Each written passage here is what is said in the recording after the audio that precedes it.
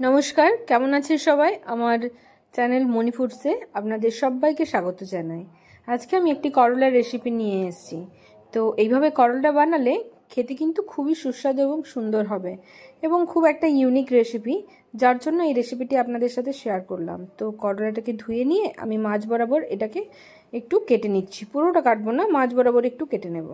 এমনভাবে এটাকে কাটবো যেন একটা পকেটের মতন ব্যাপারটা হয়ে থাকে, আর ভেতর থেকে মানে তলাটা লেগে থাকবে এবং ভেতরে যে বীজগুলো থাকবে সেগুলো সব বের করে নেব।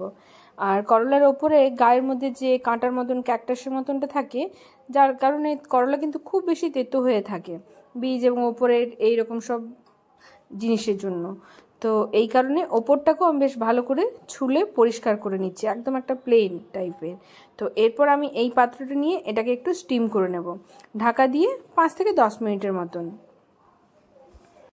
এটা কিন্তু স্টিম হয়ে গেছে এবং ভেতর থেকে একটু খুব ভালো করে সেদ্ধও হয়ে গেছে। আর সেদ্ধটা হলে এটা যখন আমি ফ্রাই করব খুব একটা বেশি তেল লাগবে না। তো এটা বের করে নিয়েছি।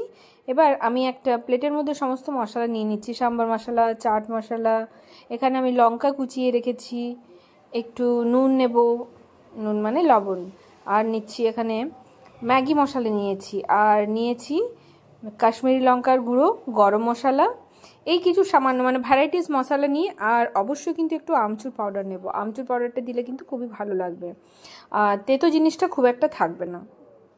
আর ওপর থেকে আমি একটু চিলি ফ্লেক্স নিয়ে নিচ্ছি, ঝালটা কিন্তু নিজের টেস্ট অনুযায়ী।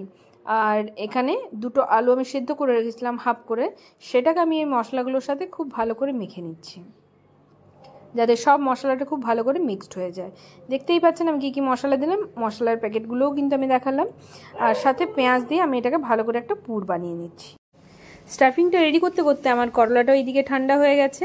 এবার খুব ভালো করে যাতে কোথাও না আমার ফাঁক থেকে যায় সেভাবেই আমি কিন্তু এখানে যে পুরটা আছে সেটাকে আমি করলার মধ্যে ভরে দিচ্ছি। দুটো করলাকে ঠিক একইভাবে আমি এভাবে রেডি করে নেব।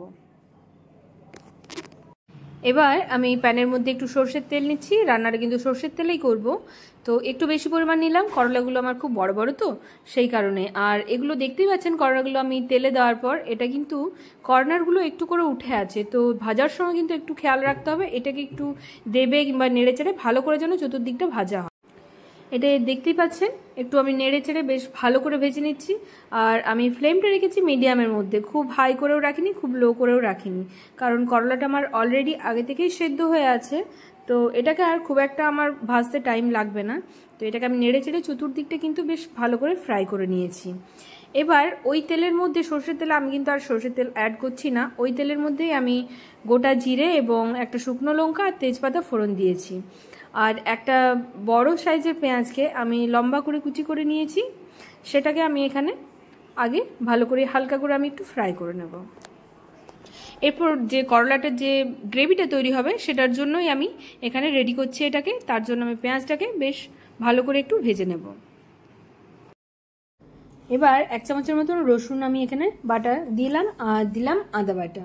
এরপর পেঁয়াজটাকে আমি খুব ভালো করে ভাজিনি, সবগুলোকে একসাথে ভাজবো, আমি ফ্রাই করব, সেই জন্য সবগুলো একসাথে দিয়ে এরপর টমেটোটাকেও আমি দুটো টমেটো এখানে নিয়েছি, সেটাকে আমি লম্বা লম্বা পিসে কেটে রেখেছি। এরপর এটাকে আমি খুব ভালো করে ফ্রাই করব, যেন একটু লাল লাল কড়া করে ফ্রাইটা হয়, সেই জন্য এরপর একসাথে সবটাকে আমি নেড়ে চেড়ে ভালো করে ফ্রাই করে নিচ্ছি। আর ওপর থেকে আমি নুনটা দিয়ে দিলাম পরিমাণ মতো।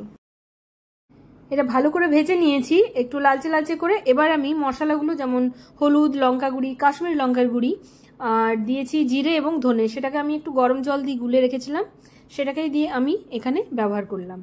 আর ওটাকেও মশলাটাকে কষিয়ে নেওয়ার পর আমি এখানে গরম জলই ব্যবহার করছি, যাতে আমার রান্নার প্রসেসটা স্লো না হয়ে যায়।